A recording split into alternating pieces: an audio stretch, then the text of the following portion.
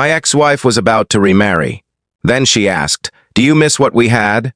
The last person I expected to see standing on my front porch that rainy Thursday evening was my ex-wife, Rachel. She wasn't crying, she wasn't angry. She was wearing the quiet smile I remembered from years ago, the one that used to make every bad day feel survivable. In just 3 days, she was supposed to marry another man in Portland, Oregon. Yet there she was, holding nothing but an old photo album and one question that would shake everything I thought I had finally buried. Before she even stepped inside, she looked into my eyes and softly asked, "Do you miss what we had?" Before we continue, if you believe that kindness, hope, forgiveness, compassion, and second chances still have the power to change lives, please take a moment to like this video. Share it with someone who needs encouragement. Leave a comment telling us where you're watching from, and subscribe to the channel for more heartfelt stories that remind us love is never as simple as it seems. My name is Nathan, and for nearly 4 years I convinced myself that the divorce had been the right decision. Rachel and I hadn't ended because of betrayal or hatred. We had simply allowed exhaustion to become louder than love. I worked endless hours managing construction projects across Oregon, always promising that next month, things would slow down.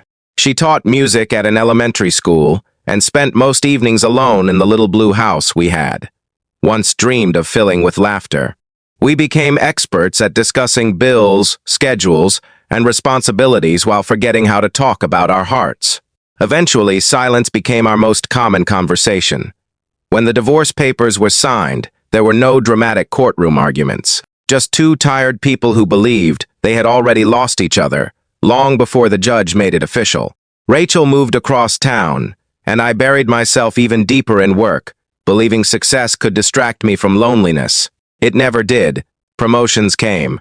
Raises followed, and my house grew bigger, yet every achievement echoed through empty rooms. Seeing Rachel again reopened memories I had carefully locked away. She handed me the old photo album she had found while cleaning before the wedding.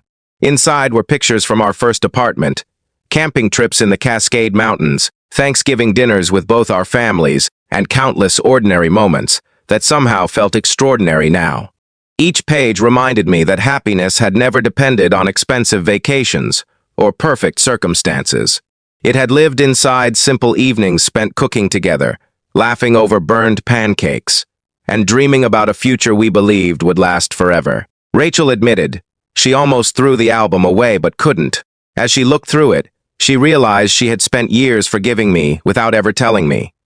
She said she wasn't there to ask for another chance or to stop her wedding. She simply needed to know whether our marriage had meant as much to me as it still did to her memories.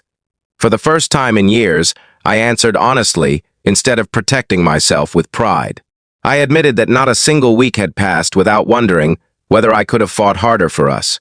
I confessed that I had confused providing for my family with actually being present for them.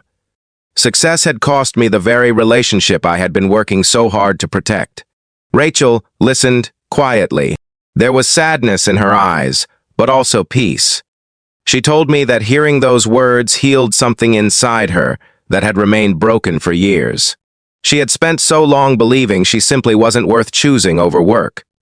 Finally, hearing me accept responsibility lifted a weight neither of us realized we had continued carrying. The next morning, I expected that chapter to close forever. Instead, I received a handwritten letter from Rachel. She explained that, after our conversation, she had canceled the wedding, not because she planned to return to me, but because she realized she wasn't ready to build a future while still carrying unanswered questions from the past.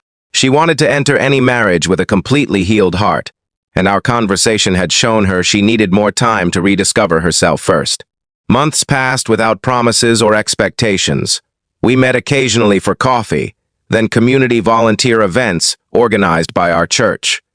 There was no pressure to recreate the past. Instead, we slowly became friends again. We learned about the people we had become instead of chasing the people we used to be. I reduced my workload, mentored younger employees instead of chasing every promotion, and finally learned that being available mattered more than being impressive. One autumn afternoon, nearly a year after Rachel canceled her wedding, we found ourselves walking beside the Willamette River, surrounded by golden leaves.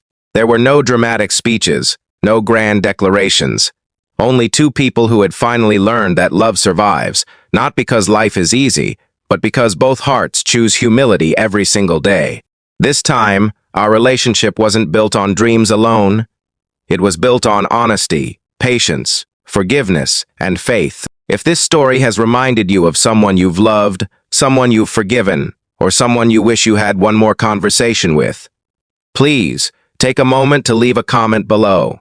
We'd truly love to read your thoughts and hear your own story of hope or second chances. Rachel and I eventually remarried in a small ceremony attended by family, close friends, and the people who had quietly prayed for us through our darkest years. Looking back, I realized her question on my porch had never really been about the past. It had been about whether two imperfect people could still choose growth over regret. And if this story touched your heart, please like the video, subscribe to the channel, and share it with someone who needs a reminder that forgiveness doesn't erase yesterday. It gives tomorrow the chance to become something beautiful. Sometimes, the greatest miracle isn't finding someone new. Sometimes it's becoming the person your old love had been hoping you would become all along.